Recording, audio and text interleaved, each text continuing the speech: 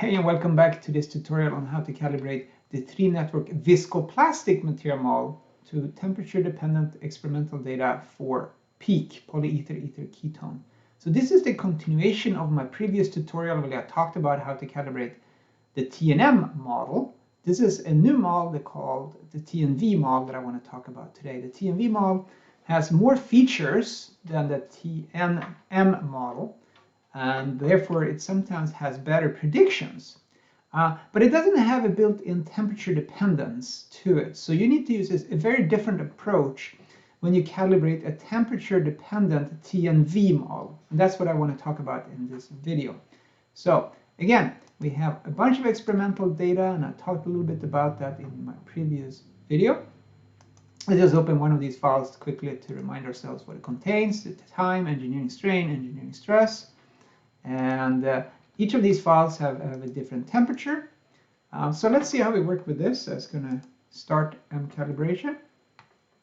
And what we'll do here is we will do this one temperature at a time. So I'm going to select all temp tests at 23 degrees C. So I select these.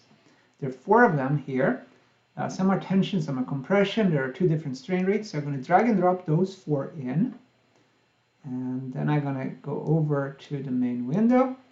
And we can see, before you use this, when you drag and drop data in, you should always check that it was read in properly. The software tries to be smart about it, but you should check that it's correct. So I'm going to double click on the first one here. It says the temperature is in Kelvin now, 296, so that seems about right. Engineering strain, engineering stress. You can also hover the mouse over, and that kind of indicates the parameters of that particular load case. So these all look good. There's one particular temperature. The legend is very long and complicated, so I'm going to rename these so they're a little shorter and more precise. Now I'm going to select the TNV model and calibrate that to this data. So that's easy. I select my material model here, TNV, and I'm going to say OK. And then I get a dialog box that asks me, what kind of material are you working with? So this is a thermoplastic. It's an isotropic thermoplastic material. I'm just going to select this choice here and just go with the default settings here. You can change these settings if you like, but this is the default setting, and it seems to work pretty well for most thermoplastics. So I pick that one, and then the material model is populated at the bottom with the parameters that it thinks it should be useful here. And if you do what I just did, you will remember then after a second perhaps, well, how about the bulk modulus? It's the software picked 2,873 megapascals. Is that a good number? I don't know, but I know that the Poisson's ratio of peak is just about 0.4. So instead, I'm going to add a Poisson's ratio constraint or load case here. Let's pick 0.4. I'm going to just save this. And now it can use this information when it selects the material models.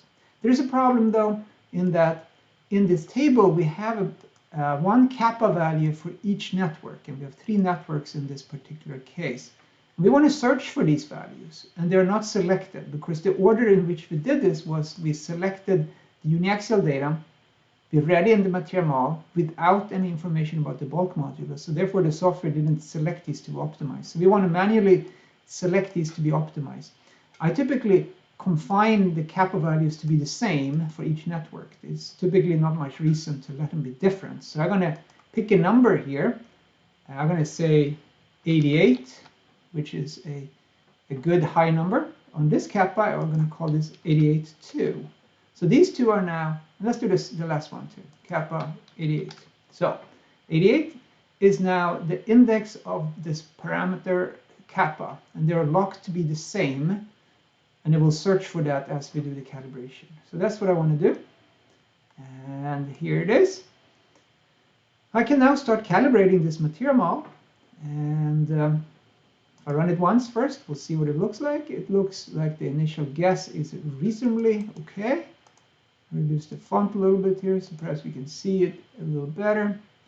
Overall, it looks reasonably good, but certainly needs to be optimized. This is just a guess, initial preliminary guess after all.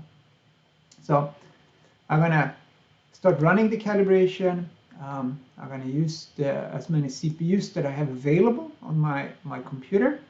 I'm going to let it run as long as it wants, and I want to save the calibrations during the optimization. And I will use, in this case, the extensive automatic method, which is a good method for calibrating a material model. It's pretty robust, and it gets a pretty good result. One side comment is if you have high demand for accuracy and you're not afraid of waiting a little longer, sometimes I select the extensive automatic method and I click on repeat optimization until no further improvements. That will certainly make it run many times slower, and I don't want to do it here. But that's something you can do if you really want to make sure that you have the ultimate solution. I can just start this, and that will start the search for the parameters. So this takes a while, so I'm going to stop and open my saved answer, which is of course very handy for a tutorial. So let me just open my saved answer for this one. So for 23 degrees C,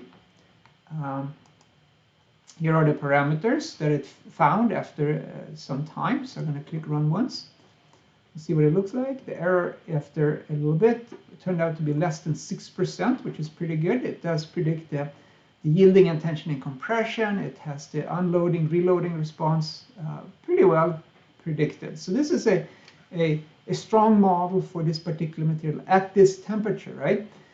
What I can do now is what I will do is I will export this model to a PolyUMod external file, and I will talk about that in a little bit. So pick this one, I'll export it with the default file name. And then I repeat this process for each temperature that I have data for. So I already have the saved answer for the other 3 temperatures. So I'm just going to export it for each temperature to a PolyUMod external file. So I'll save that. We've done 2 out of 4 now. I'll open up number 3, which is 150 degrees centigrade. I'll run once just to see what it looks like. And we export this one to PolyUMod external file. Save, and we'll do the last one, and that's 200,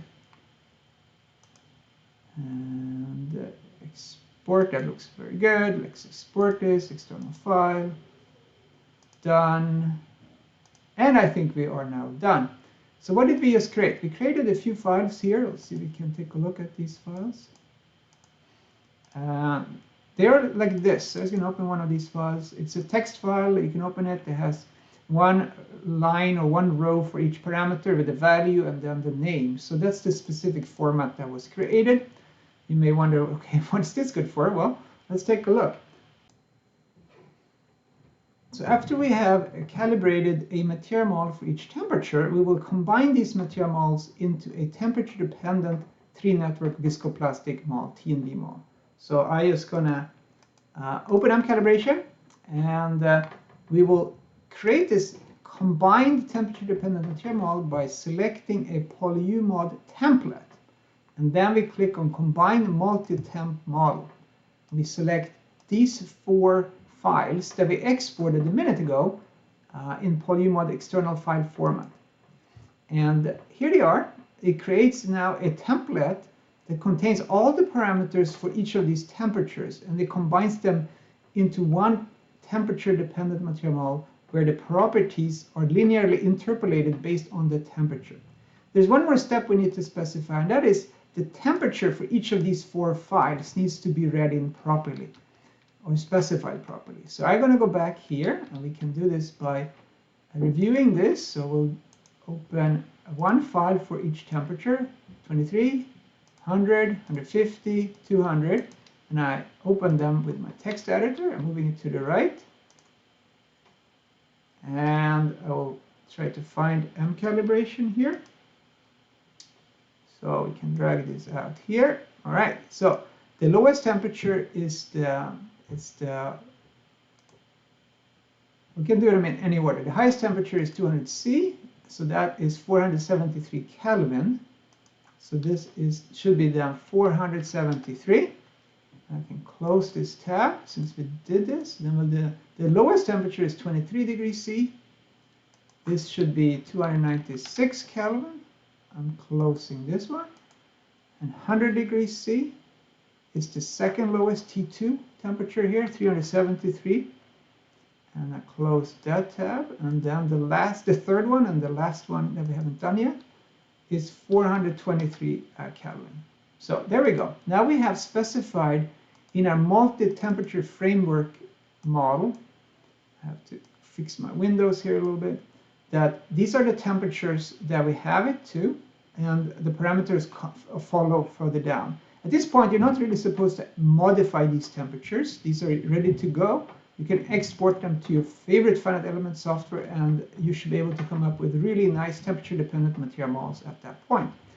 To demonstrate that this works as we intend, let's create a read in some experimental data. So I'm going to read in all of these different experimental files at once. So I do copy, I go back to MCalibration, and then I'll do edit, paste.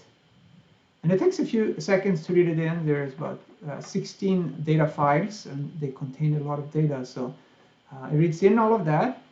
And once that's read in, we will first, I guess, hide a legend because it's a little hard to see when the big legend is in the middle there.